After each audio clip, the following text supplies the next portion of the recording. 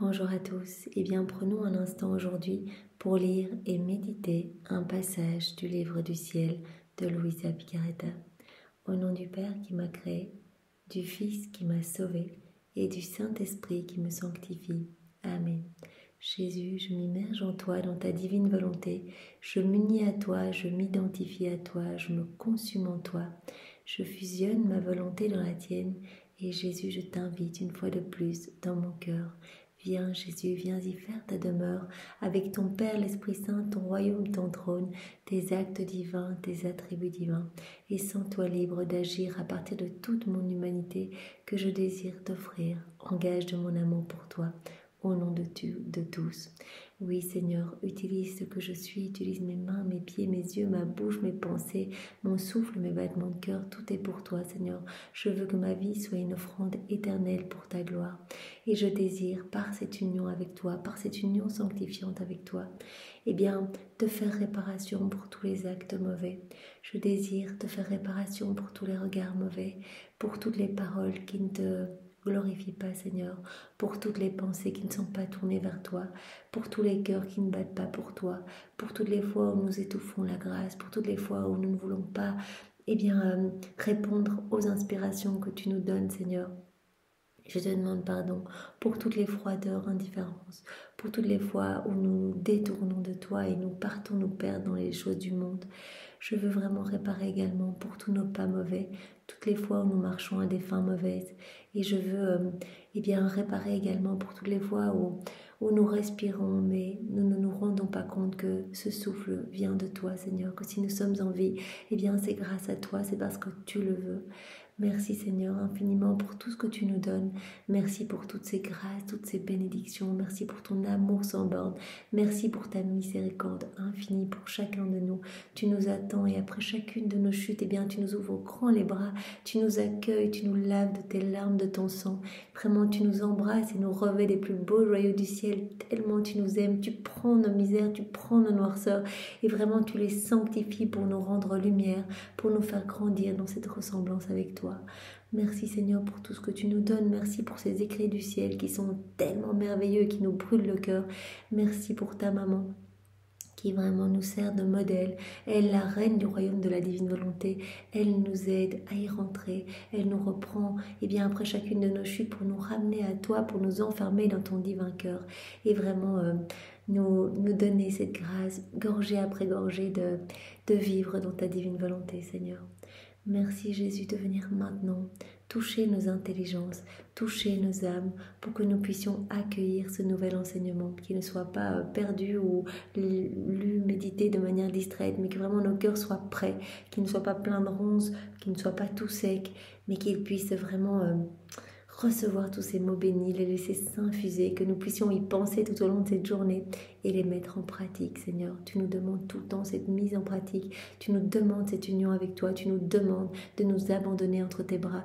Alors donne-en-nous la grâce, Seigneur. Tu vois combien nous sommes faibles, tu vois combien pour nous c'est facile de chuter et de tomber dans les pièges des démons. Garde-nous enchaînés à toi, Seigneur. Vraiment, enchaîne-nous avec ces chaînes de ton amour pour que nous ne puissions jamais te tourner le dos et que nous restions toujours collés à toi, unis à toi, à unir nos actions aux tiennes, Seigneur, nos regards aux tiens, nos paroles aux tiennes, nos prières aux tiennes, nos souffrances aux tiennes, que notre vie porte vraiment les fruits de ta vie à toi, que tu viennes distribuer à travers nous tous les fruits de la rédemption, que tu viennes prolonger ta vie en nous, Seigneur. Utilise-nous comme des extensions de ton humanité et vraiment que notre vie puisse t'amener puisse être une source de réjouissance, que notre vie puisse t'amener vraiment de la joie et de la joie partout dans le ciel, de la joie sur la terre. Merci Jésus de parler maintenant à travers ma bouche. Envoie-moi ton Esprit Saint, que je reste toujours unie à toi, câblée à toi Jésus, dans ta divine volonté, et que ce moment fait par toi, en moi, fait par toi, en chacun de nous. Ce moment est vraiment un moment béni, où Jésus vient en chacun de nous pour écouter, respirer, parler. Il va venir comprendre en nous, déposer dans notre âme, dans notre intelligence, sa sagesse et son amour pour que rien ne se perde. Et que nous puissions devenir de bons outils, de bons instruments entre ses mains. Oui, Seigneur, utilise toute nos vies et vraiment viens vivre en nous. Vraiment, viens vivre en nous, que nos cœurs puissent t'abriter et que tu puisses t'y reposer et déposer toutes tes peines. Alors le passage que nous allons méditer est celui du 7 septembre 1926. J'allais reprendre mon envol, donc nous sommes dans le volume 19 et c'est Louisa qui parle. J'allais reprendre mon envol dans le suprême vouloir pour faire ma visite habituelle dans le royaume de la divine volonté et m'étendre à l'intérieur de ses frontières afin de laisser mon « je vous aime », mon adoration, mon remerciement retentir en chaque chose créée. Donc Louisa s'apprête à repartir pour une ronde. Donc elle élève son âme, voilà, elle l'élève au pied de l'Éternel et elle vient apporter son amour, ses louanges, ses bénédictions partout dans le royaume de la divine volonté. J'étais sur le point de faire cela lorsque je me suis dit, si Dieu est partout, pourquoi prendre mon envol dans le divin vouloir pour atteindre la hauteur des cieux, devant la suprême majesté, transportant toutes les volontés humaines des générations dans mon petit giron pour faire mon acte de suggestion, d'amour et d'abandon pour chaque volonté rebelle, afin de conquérir la divine volonté et de l'amener à venir régner sur la terre, dominante et triomphante parmi les créatures. Elle se dit, ce que j'ai l'habitude de faire, donc toutes ces rondes dans la création, placer mes actes d'amour, mais je t'aime partout dans chaque élément créé, mais donc j'ai l'habitude d'élever mon cœur et de prendre avec moi toutes les volontés de tous les hommes, toutes les volontés rebelles, tous les actes déconnectés de la divine volonté pour offrir une réparation, offrir à Dieu toute la gloire qui lui est due et qui ne lui a pas été donnée par les hommes.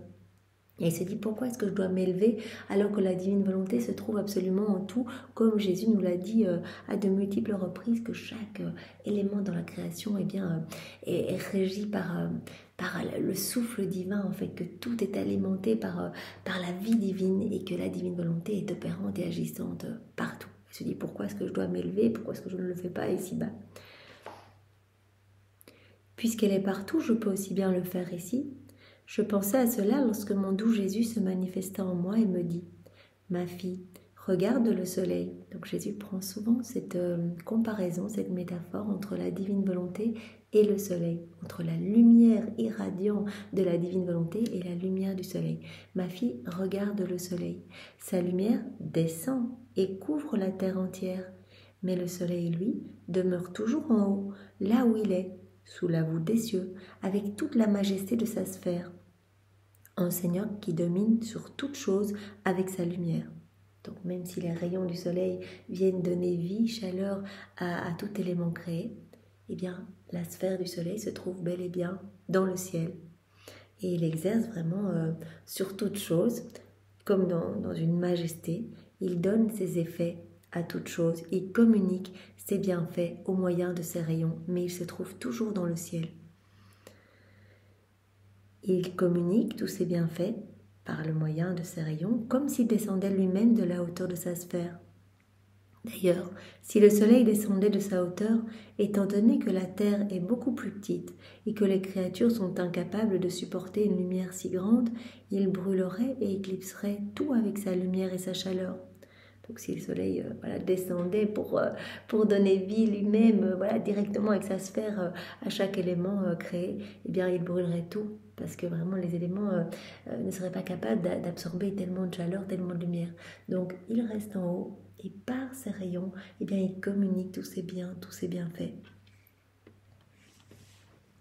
Il brûlerait, donc s'il descendait, éclipserait tout avec sa lumière et sa chaleur. Mais puisque les choses créées par moi ont une similarité avec le sein de miséricorde de leur Créateur, le soleil reste en haut en répandant ses rayons pleins de bonté, d'amour et de bienfaits pour la petite terre.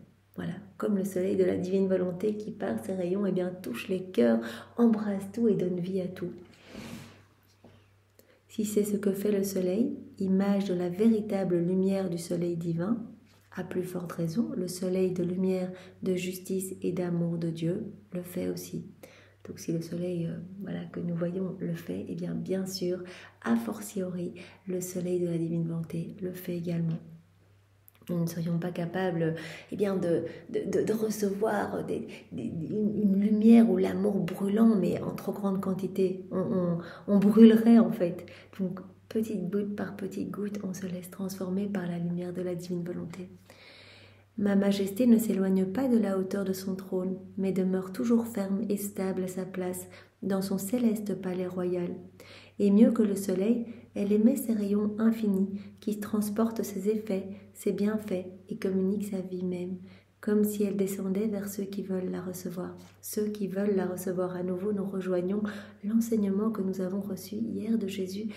Toutes les âmes disposées à recevoir, qui manifestent ce désir de vivre dans la divine volonté, vont recevoir les bienfaits de cette lumière irradiante, vont recevoir, vont se laisser toucher par ces rayons. Et donc la divine volonté va pouvoir faire grandir la vie divine dans ces âmes qui s'abandonnent. Et donc vraiment la divine volonté va pouvoir opérer et agir à partir de ces humanités. Ainsi, ce que ma majesté ne fait pas en descendant en personne, elle le fait par l'émanation de ce rayon infini pour donner sa vie même et ses bienfaits aux générations humaines. Ma fille, à cause de ta condition de créature et de ta mission du Fiat suprême, Louisa est notre chef de file, elle a cette mission de donner tous ses enseignements sur la divine volonté, donc les enseignements même de Jésus, et donc vraiment elle a cette mission d'être la dépositaire de tout le royaume de la divine volonté. Et donc Jésus dit à Louisa, puisque toi tu as cette mission du Fiat suprême, c'est dans ton devoir de monter vers ces rayons que la majesté suprême émet pour te présenter devant elle et remplir ta fonction au sein du soleil éternel. De plonger dans l'origine d'où tu es venu afin de prendre la plénitude de ma volonté. Tu dois monter, tu dois élever ton âme. Et souvent, Jésus lui dit, donc le dit à Louisa après chaque enseignement, voilà, sois attentive et continue ton envol dans ma divine volonté. Elle doit tout le temps être accrochée, son cœur accroché au soleil de la divine volonté pour vraiment qu'elle puisse se remplir de la plénitude de tous les biens contenus dans la divine volonté. La divine volonté contient tout, c'est la source de tous les bienfaits. Et donc Louisa doit s'élever pour vraiment recevoir. Elle doit tout le temps être attentive et continuer vraiment son vol. Tu dois te plonger dans l'origine d'où tu es venu afin de prendre la plénitude de ma volonté, autant qu'il est possible pour la créature de la connaître et de la manifester aux autres. Donc prends le maximum en toi et vraiment ma lumière va rayonner à partir de ton humanité. Tu vas être vraiment comme un petit réceptacle, un petit tabernacle, et donc ma lumière va vraiment irradier de ta personne, de tes yeux, de ta bouche, de tes écrits, de tes mains, de tes pieds. Et donc ainsi, je vais pouvoir toucher mes enfants à travers toi, Louisa. Et donc nous, à notre petite échelle, nous sommes aussi appelés à vraiment élever notre âme et à l'accrocher au soleil de la divine volonté, à rester vraiment fixés au milieu de toutes ces tentations du monde. Et bien vraiment, levons notre regard vers le ciel et demandons au Seigneur cette grâce de pouvoir rester vraiment unis à lui en toutes circonstances. Tu dois savoir qu'il existe des liens d'identification entre la divine volonté et la volonté humaine. Et c'est pourquoi j'aime et désire tellement, par droit de création, de paternité, d'amour et de justice, que la volonté humaine cède sa place à la mienne. Et qu'en se jetant dans ses bras comme un petit enfant, elle se laisse prendre, nourrir et dominer par elle. Donc Jésus aime tellement quand la créature s'élève et vient se jeter dans les bras de la divine volonté, dans les bras de... Jésus a dit, je suis la divine volonté. Donc vraiment, vient se jeter dans les bras de la majesté suprême et abandonne au pied de la Trinité sa volonté propre. Exactement comme Marie l'a fait dès le départ, dès la seconde 1 de sa conception. Elle a reçu ce test de la majesté suprême d'offrir sa volonté. Et elle l'a directement offerte. Elle est venue la déposer vraiment au pied du trône et elle n'en a plus jamais fait usage. Eh bien, le Seigneur aime cet abandon, cette confiance. En fait, il nous appelle à vraiment prendre tout comme venant de ses mains divines et vraiment d'être comme un petit enfant. Vous voyez, un petit enfant tout petit, il ne sait pas dans quel bras il est. Il pourrait être vraiment dans les bras d'une petite fille de 5 ans qui pourrait le lâcher. Il fait confiance, il s'abandonne. Et le Seigneur nous appelle aujourd'hui à cet abandon pour qu'il puisse vraiment nous travailler, nous remplir vraiment de son amour brûlant et que son amour, sa lumière puisse nettoyer nos ténèbres, tout ce qui résulte de nos volontés propres. Donc vraiment, il faut que nous nous jetions dans ses bras comme un petit enfant et que nous nous laissions prendre, nourrir et dominer par la divine volonté. En créant l'homme, l'être suprême a placé sa volonté dans le champ, même si en conséquence, tous nos attributs concouraient avec elle naturellement. Donc nous le savons, dès le départ, C'était le plan de Dieu que l'homme vive dans la divine volonté. Au moment où Adam a été créé, eh bien, il a directement reçu tous les attributs divins, tout en fait. Puisque la divine volonté contient tout, il a reçu ce don de la vie dans la divine volonté. Et donc, en fait, naturellement, sa volonté était unie à la divine volonté.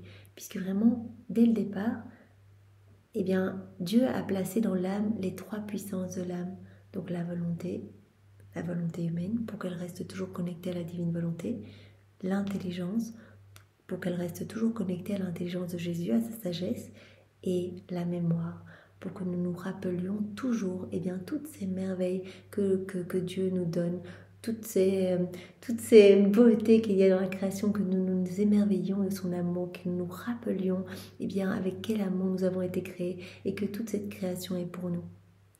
Et donc, dès le départ, notre volonté était câblée à la divine volonté en fait. Mais le vouloir suprême était l'acte premier par lequel il prit à cœur la vie de toute la création, incluant l'homme, se faisant ainsi la vie de tout et de tous, dominant tout, faisant de toute chose sa propriété. Donc, dès le départ, la divine volonté contient tout. Elle contient tout, toute chose et sa propriété. Et donc, Jésus nous dit, comme tout était sorti de mon vouloir suprême, c'est normal, c'est justice que tout lui appartienne. Plus que le soleil, ma volonté émettait ses rayons, et avec la pointe de ses rayons, animant la nature humaine, elle forma la volonté de la créature. Donc Jésus explique comment la volonté de la créature a été conçue, a été formée. Donc c'est le soleil irradiant de la divine volonté qui, par ses rayons, est venu se connecter à l'âme et a infusé ces 3 puissances de l'âme, dont vraiment la volonté humaine.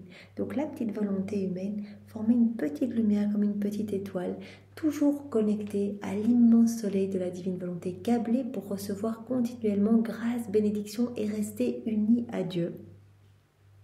Nous savons bien que quand l'homme a décidé de quitter la divine volonté, eh bien c'est comme s'il avait arraché cette petite étoile. Cette petite étoile, si elle n'est pas reliée au soleil, elle perd sa lumière. Vois-tu ainsi ce que la volonté dans les générations humaines? Bien des pointes différentes de rayons, comme des petites étoiles, des petites étincelles dans les créatures, pour former en elles la volonté, mais sans détacher ces étincelles du rayon libéré par le centre du soleil du vouloir suprême. Notre volonté détachée de la divine volonté, elle n'est que noirceur, elle n'est que puanteur et elle nous entraîne à la mort de l'âme. Toutes les générations humaines tournent autour de ce soleil, parce que chaque créature contient la pointe d'un rayon de ce soleil éternel de ma volonté. Vous imaginez cet immense soleil de la divine volonté et chaque rayon est connecté à une âme. Et donc on est tous là autour de ce soleil et vraiment on se nourrit de cette lumière en fait. Notre volonté propre est nourrie de la divine volonté et consumée, fusionnée dans la divine volonté. Ça c'est le plan de départ de Dieu, c'est le plan initial de Dieu. Malheureusement, les hommes s'écartent, les hommes vivent dans leur volonté propre, les hommes ne veulent plus rester câblés à Dieu et donc se retirent, ce qui cause d'atroces souffrances à Jésus, d'atroces amertumes, d'atroces peines et ce qui provoque tous ces maux, tous ces vices, toutes ces iniquités, toutes ces maladies. Cela résulte vraiment de la rupture de nos volontés avec la divine volonté. Toutes les mauvaises choses que nous connaissons résulte de cette rupture. C'est pour cela que nous sommes invités à réparer, comme Louisa, à nous élever, à nous présenter devant la majesté suprême et à faire des actes d'amour, à vraiment demander à Jésus qu'il continue ce qu'il faisait lors de son passage sur la terre, qu'il continue en nous, puisque Jésus est venu sur la terre pour glorifier son Père et pour lui offrir toute la gloire que son Père aurait dû recevoir si les volontés des hommes étaient restées unies à la divine volonté. Donc vraiment Jésus a réparé et cela lui a vraiment causé des peines épouvantables, vraiment des clous à n'en plus finir, des flagellations, mais même Jésus tout petit depuis la seconde 1 de sa conception. Et donc Jésus nous appelle à des prolongations de son humanité et à réparer, à vraiment essayer de reconnecter l'homme à Dieu en nous présentant comme intermédiaire. À chaque fois que nous faisons des actes dans la divine volonté, c'est comme si nous présentions un petit ami entre le ciel et les hommes. Et c'est un tamis très lumineux parce que c'est Jésus qui opère ses actes en nous. Et donc Dieu va pouvoir à nouveau regarder l'homme à travers ce filet de lumière. Et donc sa justice divine en sera apaisée. Donc face à toutes ces iniquités, toute cette méchanceté, toute la puanteur des hommes, toute cette noirceur qui émane des hommes, eh bien Dieu va pouvoir à nouveau les regarder à travers ce filtre de lumière qui lui est offert par les âmes qui vivent dans la divine volonté. Donc vraiment, nous devons réparer et offrir à la Trinité, eh bien, amour, louange, adoration au nom de tous, au nom de tous ceux qui ne le font jamais, qui ne remercient jamais. Quel n'est pas l'affront pour ce soleil de voir la circonférence de ses rayons, dont les pointes forment la volonté de chaque créature, convertie, transmuée en obscurité dans la nature humaine, reniant la lumière, l'empire et la vie de ce soleil qui donna sa volonté avec tant d'amour pour que sa volonté et celle des créatures puissent être un et que ma volonté puisse former sa vie divine en elle, donc dans les créatures. Donc c'est un véritable affront. Jésus n'hésite pas à utiliser ce terme, c'est un affront quand nous quittons la divine volonté pour agir dans nos volontés propres. Donc toutes ces fois où nous ne pensons pas à Jésus dans nos actions, c'est un véritable affront.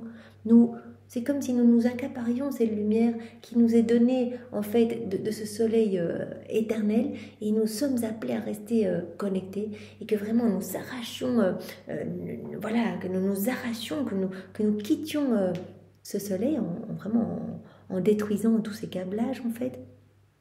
Et donc à ce moment-là, eh bien tout devient ténèbres, tout devient sombre. Et Jésus dit, mais je suis tellement triste en fait. Je voulais voir la lumière dans tous mes enfants, je voulais voir la source de tous mes bienfaits, je voudrais qu'ils soient heureux, je veux les voir pleins de joie, en paix, etc. Et je les vois malades, je les vois en dépression, je les vois au bord du suicide, je les vois prendre des décisions qui m'offensent, qui sont contre la vie. Donc Jésus vraiment le dit, c'est un affront. Peut-il exister un lien plus fort, plus stable et plus inséparable que celui qui existe entre le centre du soleil et ses rayons ? La lumière est indivisible et si elle pouvait être séparée, les parties détachées partiraient à la dérive et finiraient dans l'obscurité. Et bien dans un autre volume, Jésus prenait exactement ce même exemple, donc le soleil de sa divine volonté, et vraiment nous étions en fait les rayons, vraiment nous étions greffés à ce soleil. C'est comme cela que Jésus nous avait créés, que la Trinité nous avait conçus, et nous choisissions vraiment de nous retirer, de nous détacher du soleil. Et bien sûr, des rayons détachés eh bien, deviennent noirceur, n'ont plus aucune alimentation pour être lumière. La lumière est indivisible, et si elle pouvait être séparée, les parties détachées partiraient à la dérive et finiraient dans l'obscurité, voilà, comme ces rayons qui se décrochent, ou comme ces petites étoiles, dans cet exemple-ci, qui décident de se séparer et qui décident de rompre avec la divine volonté. Ainsi, l'union d'identification entre la divine volonté et la volonté humaine est comparable à celle qui existe entre le soleil et ses rayons, entre la chaleur et la lumière. Le soleil n'a-t-il pas le droit de dominer ses rayons et de recevoir leur suggestion pour former son royaume de lumière sur sa circonférence solaire elle-même ? Le soleil, la sphère, a besoin de ses rayons pour vraiment former son royaume et pour étendre ses bienfaits et distribuer ses grâces partout. Il en va de même pour ma volonté. Lorsque la créature s'en retire, ma volonté se retrouve sans royaume, ma volonté se retrouve sans empire, sans sujet. Elle se sent volée de ce qui lui appartient. Ah oui, l'homme prend tout, c'est comme nous prenons chaque élément de la nature, nous nous réjouissons qu'il y ait un peu de soleil, nous mangeons des fruits savoureux, mais sans jamais remercier celui qui est à l'origine de tout. Donc vraiment, Jésus se sent volé. Et particulièrement lorsque nous nous déconnectons de la divine volonté, que vraiment nous essayons de partir avec cette lumière qui donc va s'éteindre parce qu'on va l'étouffer avec nos misères. Il se sent volé et il dit je ne peux pas exercer mon empire, je ne peux pas exercer mon royaume, je n'ai pas de sujet en fait. Donc Seigneur, vraiment nous te demandons la grâce que nous puissions être des instruments entre tes mains pour toucher les âmes autour de nous. Qu'il puisse y avoir des retombées dans tous les cœurs et que vraiment ton royaume soit peuplé de tous tes enfants, que tous reviennent à toi Seigneur et que tous puissent vraiment se reconnecter à toi, se regreffer à toi et recevoir ta lumière pour pour vraiment rayonner de ta présence. Parce que Seigneur, tu attends chacun de nous. Tu attends tous tes enfants, aussi pécheurs soient-ils, même si notre âme est toute noire, si nous avons fait les pires des péchés. Jésus, son amour est plus grand, sa miséricorde est plus grande. Et il nous attend. Il veut vraiment que nous vivions dans sa divine volonté. Chaque acte qui ne dépend pas de notre vouloir est une déchirure. Jésus nous le dit à chaque fois qu'une âme agit dans sa volonté propre, on se sent déchiré. C'est une déchirure, un vol de la lumière que nous donnons. Et en voyant que l'on a volé sa lumière pour la convertir en obscurité, ma volonté souffre plus qu'une mère qui voit le fruit de son sein lui être enlevé. On peut vraiment visualiser cette déchirure, quoi. Cette déchirure dans le cœur de Jésus. Et à nouveau, cette image me vient au moment de sa flagellation. Toutes ces chairs qui tombent, ce sont toutes les âmes qui ont choisi délibérément de se détacher de Jésus. En fait, il en souffre, il en sent vraiment toutes ces chairs qui tombent par lambeaux par terre. C'est les âmes qui ont choisi la misère, qui ont choisi la voie de la perdition, qui ont choisi de rejeter les grâces, parce que l'amour de Dieu est immense et il a besoin de notre oui pour nous sauver. Il a besoin que nous le laissions agir en nous pour nous donner tout, en fait. Donc c'est vraiment paradoxal, parce que Jésus veut tout nous donner et nous ne voulons pas de ces grâces. Enfin, les hommes, de manière générale, refusent tous ces cadeaux et préfèrent se perdre. Ma volonté souffre plus qu'une mère qui voit son enfant lui être enlevé, non pour lui donner la vie, mais pour le tuer. Vraiment, Jésus voit la mort de nos âmes, en fait, parce que s'il n'y a pas la vie divine dans nos âmes vont mourir, tout comme s'il n'y a pas la vie dans un corps, le corps se putréfie, en fait. Donc nos âmes vont se putréfier s'il n'y a pas cette vie divine. Ainsi, les pertes que souffre ma volonté lorsque la créature n'est pas unie à son centre et ne vit pas du vouloir de sa lumière sont des pertes divines et d'une valeur infinie. À chaque fois qu'on agit dans nos volontés propres, c'est une perte divine. C'est une vie divine qui ne voit pas le jour, puisque quand on agit en union avec Jésus, il y a un soleil qui se crée. Il y a ce soleil qui est divin, éternel, donc on retrouvera quand on arrivera là en haut, etc. Et donc il y a cette vie divine qui croit en nous. Pareil, quand on médite en union avec Jésus, un de ses enseignements, c'est une vie divine également qui croit en nous. Donc à chaque fois que l'on se ferme à cela et que l'on préfère agir dans nos volontés propres, c'est une perte divine, d'une valeur infinie aux yeux de Dieu.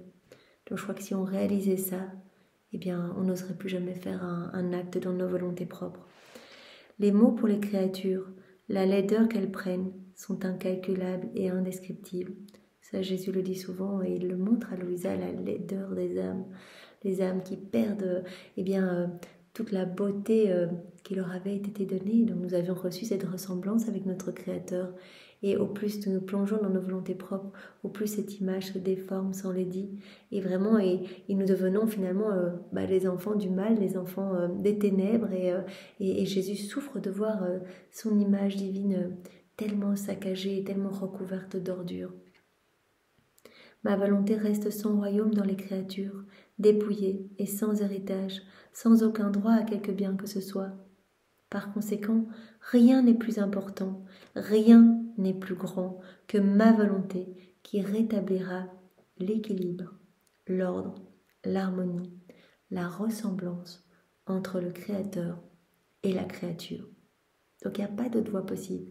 C'est en se plongeant dans la divine volonté que nous allons répondre à ce que Dieu attend de nous, ce pourquoi nous avons été créés initialement, l'ordre, l'harmonie, la réciprocité d'amour entre la terre et le ciel, entre les hommes et la Trinité, la ressemblance avec notre Créateur. C'est pourquoi je veux faire savoir ce que sont la divine volonté et la volonté humaine, afin qu'elles puissent être réconciliées et que ma volonté puisse acquérir son royaume et les créatures retrouver tous les biens perdus. Tous ces biens, nous les avons perdus. En quittant la divine volonté, on n'a plus rien du tout. Et donc vraiment, si nous revenons à cette place d'enfant de lumière, nous allons être propriétaires de tout le royaume. Jésus va nous redonner tous ces biens qui sont maintenant en dépôt Donc, qu'il a gardé, qu'il a placé dans le cœur de Marie et puis dans le cœur de Louisa, tous ces biens sont le dépôt et nous attendent.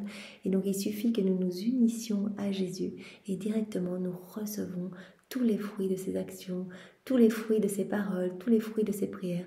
Mais ce qui est magnifique, c'est que nous ne serons pas les seuls à recevoir cela. Si nous agissons dans la divine volonté, cela va avoir une portée universelle et beaucoup de cœurs vont recevoir. Et on parle en milliers, en milliards. Tous ceux qui ont le cœur un petit peu ouvert, qui sont un petit peu disposés, une âme qui se trouve à la messe et qui voilà, est venue, qui est peut-être un peu distraite, etc. Mais il suffit qu'à un moment, elle s'ouvre un petit peu et bam, elle va recevoir la grâce de la vie dans la divine volonté. Parce qu'aujourd'hui, nous avons fait par exemple cette vidéo dans la divine volonté ou que vous avez cuisiné, balayé, parlé dans la divine volonté. Donc un acte que vous faites va avoir des répercussions dans énormément d'âmes, des retours à Jésus, des sanctifications, des conversions, des saintetés, voilà, les saints du passé, des saints aujourd'hui qui reçoivent les grâces de la sanctification parce que vraiment des âmes ont fait des actes dans la divine volonté, ou en feront, ou en ont fait. Donc il n'y a pas de passé, présent, futur, c'est l'éternel présent. Et donc tout se trouve dans l'acte unique et éternel de Dieu. Donc vraiment, mais Jésus a dit, je donne des grâces parce que des âmes agissent dans la divine volonté. Je maintiens la terre telle qu'elle est parce que des âmes agissent dans la divine volonté et réparent pour tous. Donc voilà, le Seigneur nous appelle à continuer, à persévérer dans cette voie et à lui offrir nos volontés, nos vies pour le servir et pour lui amener vraiment du réconfort et du soulagement au milieu de tant d'offenses. Jésus, nous sommes là et nous t'aimons au nom de tous. Nous te louons, nous te bénissons et nous t'adorons dans ta divine volonté. Au nom du Père et du Fils et du Saint-Esprit. Amen. Soyez tous bénis. Passez une belle journée. Au revoir.